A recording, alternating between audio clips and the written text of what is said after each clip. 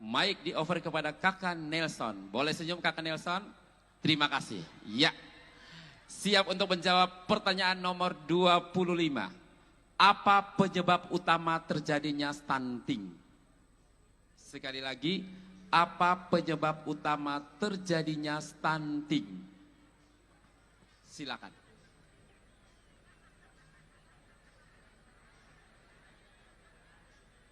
Ya baik, terima kasih. Saya akan menjawab. Stunting ialah salah satu spot wisata yang mana dimiliki oleh salah satu daerah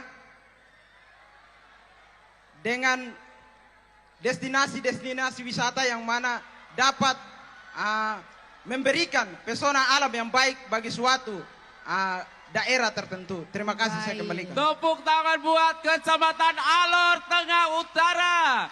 Ya, dan ini juga sedikit untuk informasi buat kita ya Om Yosi. Jadi stunting itu berkaitan dengan gizi buruk. Ya, tidak apa-apa, yang penting dia sudah jawab. Iya, tidak apa-apa, yang penting percaya dirinya itu loh yang Ya. harus dipertahankan. Tahukah Bunda, ada jutaan balita di Indonesia yang menderita stunting. Cukup mengkhawatirkan ya, jangan sampai jumlahnya meningkat. Yuk, cegah terjadinya stunting pada anak dengan cara berikut ini.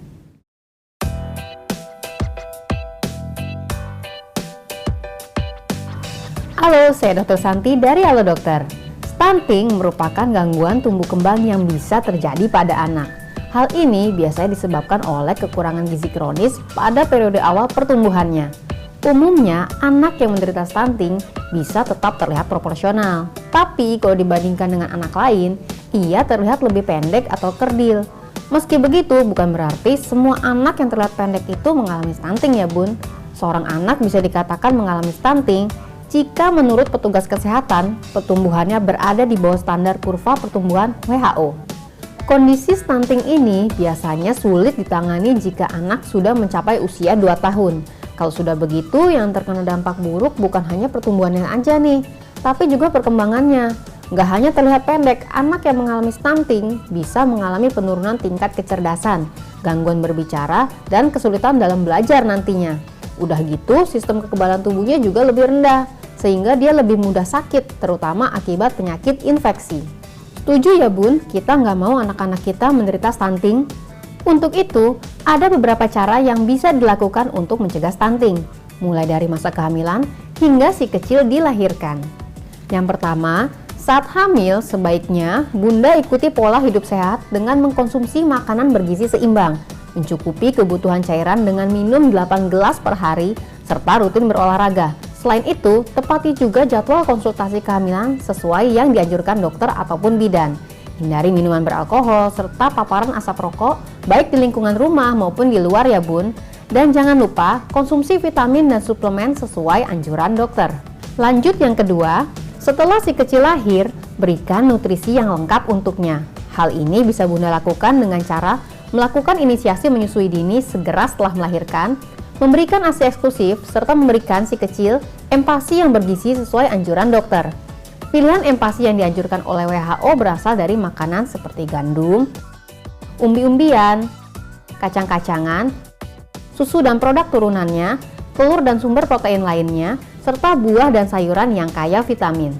Kemudian yang ketiga, periksakan si kecil ke posyandu atau puskesmas secara rutin, agar kenaikan berat badan dan tinggi badannya bisa dipantau dan kemudian dibandingkan dengan kurva pertumbuhan dari WHO. Untuk si kecil yang berusia di bawah 1 tahun, periksakan ia setiap bulan. Dan jika sudah mencapai usia 1 sampai dengan 2 tahun, periksakan ia setiap 3 bulan sekali.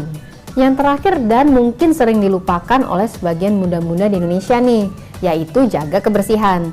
Kebersihan yang dimaksud di sini itu mencakup semuanya, yaitu lingkungan tempat tinggal, kebersihan bahan makanan dan peralatan makan yang digunakan, serta kebersihan diri sendiri. Caranya adalah dengan rutin mencuci tangan dengan sabun sebelum makan dan setelah buang air kecil maupun buang air besar. Cuci bersih peralatan dapur dan makan dengan sabun cuci piring. Pastikan air yang dikonsumsi terjamin kebersihannya.